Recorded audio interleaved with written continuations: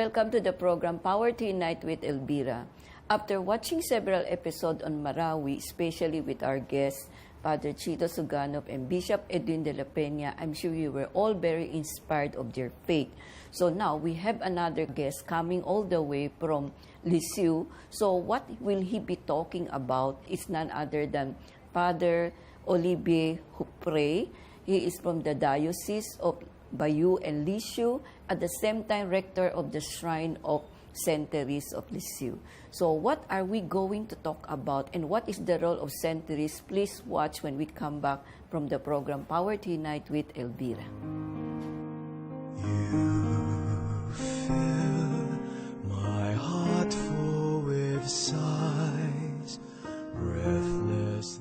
Welcome to Manila, Father Olivier Ruffray. Is this your first time here? Yes, actually it's my first time in Philippines. I'm very pleased to be here with you and with the turn of the peregrination of Saint Teresa too. Yeah, I know. Saint Therese of Lisieux is really one of the most loved saints, especially here in the Philippines, and she is really highly looked upon, So before we talk about Saint Therese, I think it's best that for the Filipino televiewers to understand who you are. Maybe I would like to ask you a question. Who influenced you to become a priest, and why did you choose to become a priest? I don't really know who influenced me to become a priest, or several persons influenced me or during the time. I talk the first time I wanted to become a priest when I was 4 years old.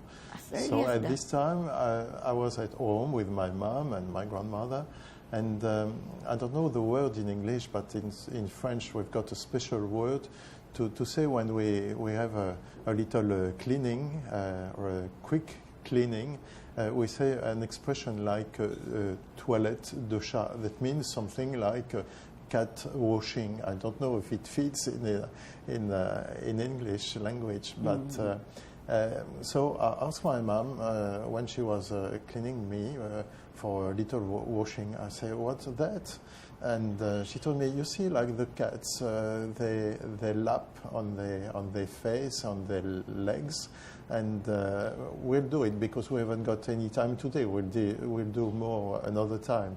So by this time, I used to play mass, and I used to take a chair at home to be on the chair, around the chair, and to hold the chair like that. And I used to preach, still preaching to an hypothetical assembly. And I was telling them, "Dear brothers and sisters, today we are celebrating a mass, but it will be a cat mass, messe de chat." I don't know how to say it in English.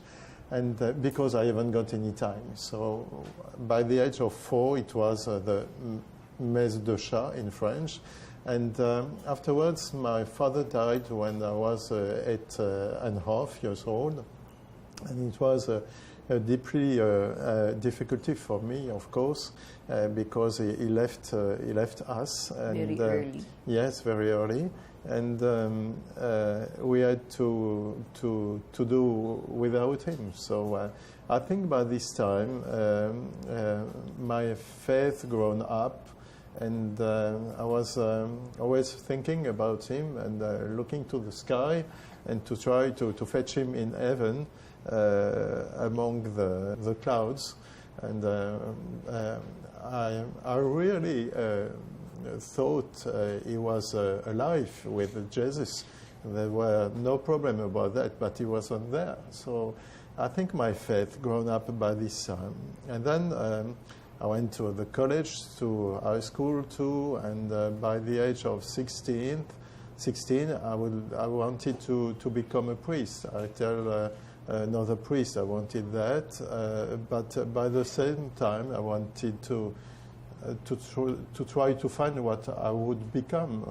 So I wanted to work in diplomacy, and I've been told by a teacher I could learn law before. So I went for 3 years learning law in the main university in our area near Lisieux. And then by this time, the Lord came to fetch me back, and I decided to enter the seminary when I was 20 years old. At the age of 4, you already showed an interest to become a priest without your understanding why. Is it your mother's side or your grandmother who influenced you because you go with them to the church? I think my vocation grown up in my entire family, because my grandmother used to have two brothers who were priests, and okay. I've known one of them. The other one was too old, and I was not born. And I knew one, and of course, I think the priest from the parish where we used to live by this time, and my grandparents used to live in Lisieux because my grandfather used to work to the shrine. So I think as I've been in my mother's tummy, you say, I've always heard about Saint Teresa. So I think so. So it was familiar to me to know something about Jesus, about Saint Teresa. And when you are in Lisieux, we used to live in the avenue, climbing up going up to the Basilica. And this avenue's name, the name of this avenue is Avenue Sainte Thérèse. So I think I've always heard about Saint Therese in my life. Your father, what business is your father? Is he a businessman? Yes, he used to be a pastry maker. And your mother was just a plain so housewife? she was working in the shop they had. So but before she was an accountant, yes. So when my father died, she became a father and a mother. An accountant again. So your mother did not marry again? No, she stayed like that without to. Because you were already around 8 years old at that time, Yes, I was, right? and my brother was 4.5, yes. So how did she manage? Your mother must be a very strong woman to be able to manage. I think she was like many women in all over the world, because many women are like that. They are strong and tenderness and tender also by the same time, yes. Your mother has a business, right? The patisserie, where your father left it. She took over, right? Yes. So as a businesswoman, she took over. Is she not surprised that, or maybe she said, Olivier, you should help me, to do the business. Why do you want to? No, because we had already left the business, and she wasn't surprised.